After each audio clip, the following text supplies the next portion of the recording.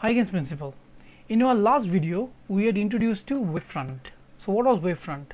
If you remember, wavefront was a group of points which has same phase of vibrations. They are moving in one particular direction and they're in the same phase. So we have seen circular wavefront, we have seen a linear wavefront and build our concept. Now that was just the introduction to wavefront. Now Huygens gave that picture of wavefront. Now based on the wavefront, he gave some laws. He gave a principle. So what is this principle?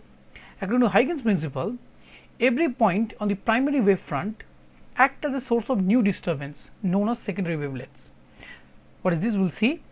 And the secondary wavelets spread out in all directions with the speed of the primary wavefront.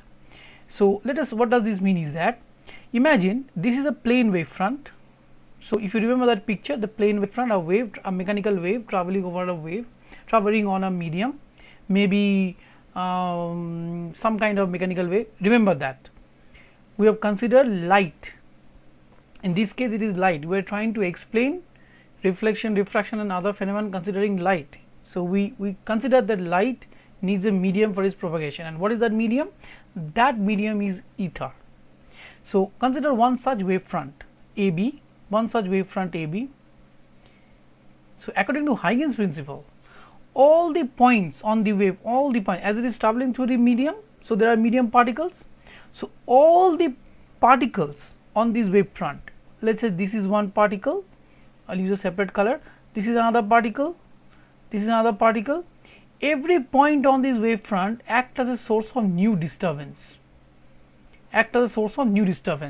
Means for example, it means new disturbance means this particle is going to come in contact. For example, imagine this is the first particle, this is another particle A and this is B.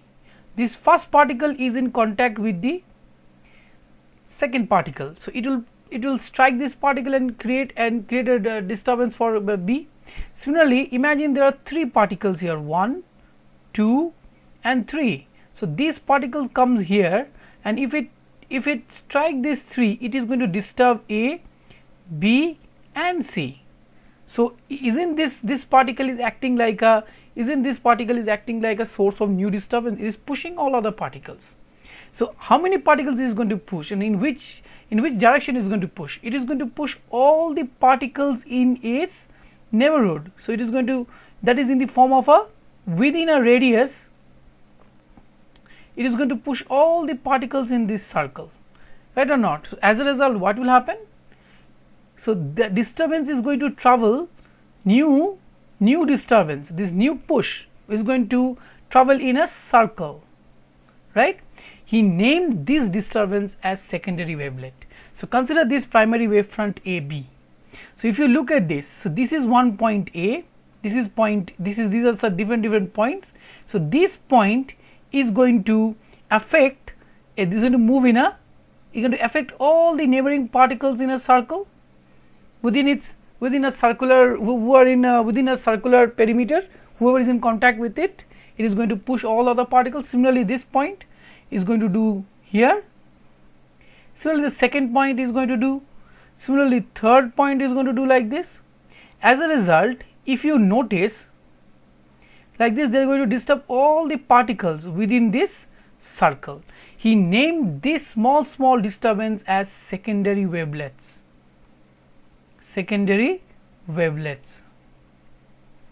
Which we see here, new disturbance called secondary wavelets.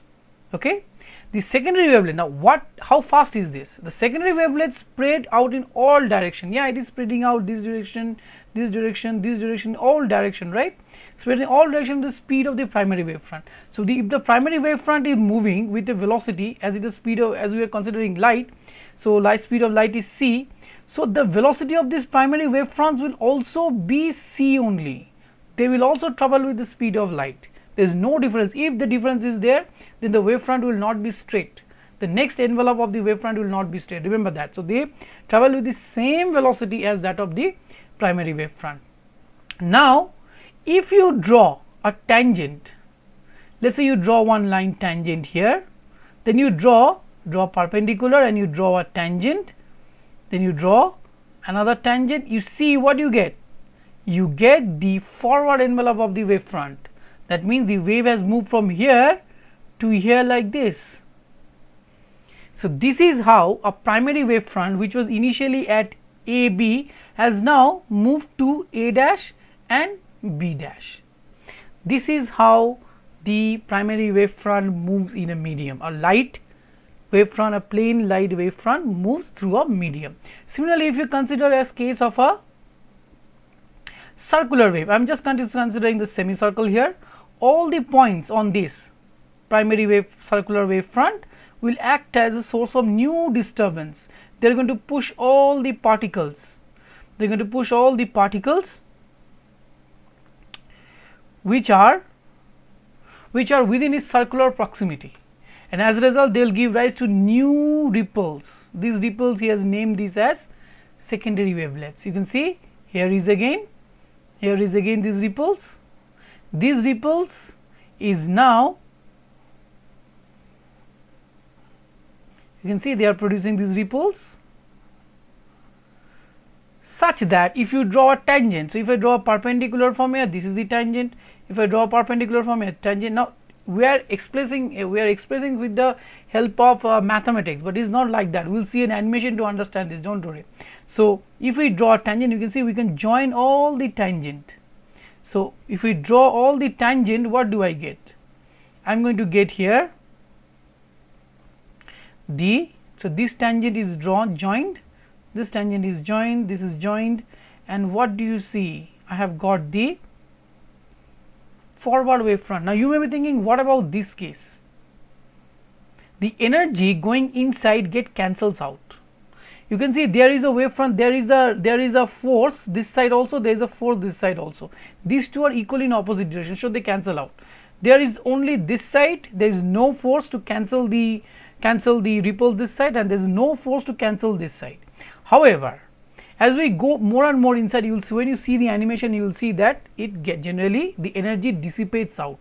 However, in the forward direction, it is the dissipation of the energy takes a while, but in case of the interior region, it goes very fast. So we will see that now with an animation. So in short, so Huygens introduced this concept of secondary wavelets, and which was very successful in explaining all the phenomena of light. So he said that every primary wave front, whether plane, a secondary, whether plane, a circular or cylindrical, every point on the primary wave front act as a source of new disturbance. He named this new disturbance as secondary wavelets. And how does disturbance work? Look at the particle. The particle is going to, if you consider one particle, this particle is going to going to disturb all the neighboring particle which is within in a circular perimeter. Similarly for this, and as a result, what happened? A small circular ripples are formed. Now if you draw a tangent to this ripples, you will get the forward envelope. This is what Huygens principle said. Now let us see this whole picture. I know it is very hard to understand it. You have to imagine, because this is a dynamic situation, it is not a static situation. You have to imagine that the ripples are growing gradually. So in order to understand this, I am going to show you one animation which I have made for you. So you see, this is my GeoGebra page. I love this app. This is my main mathematical tool.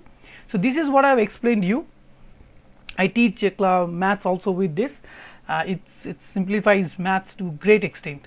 You see, these are the primary wave fronts. These are certain particles I have chosen from the primary wave front. If you draw a straight line, then that is the primary wave front. So I have chosen some particles from here, some certain particles.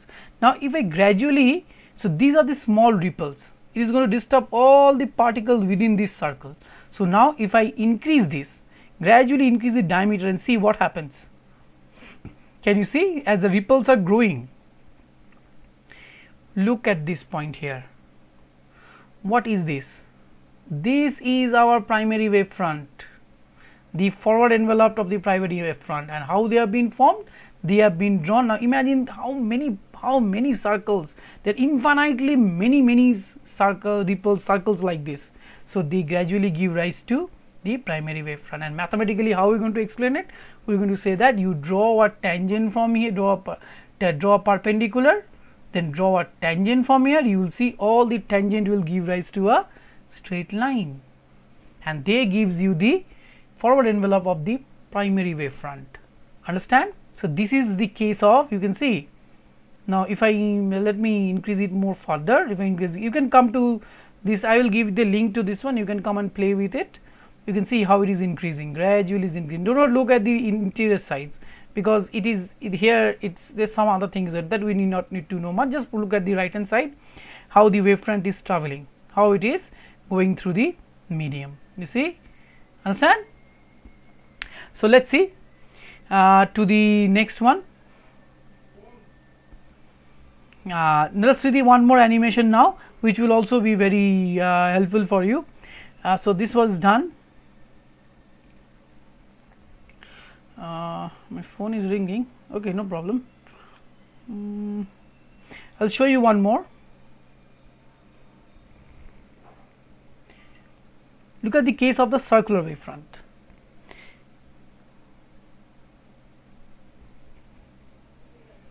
This is the circular wavefront.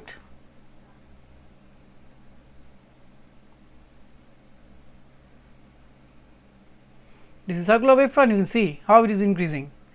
So let me pause it. Here is our wavefront. Okay, circular wavefront. Got it? That is the forward envelope of the circular wavefront. Same way, and you can see the inside one. It is gradually getting cancels out, but the forward envelope of the circular wavefront is traveling through the medium gradually. Understand? Okay.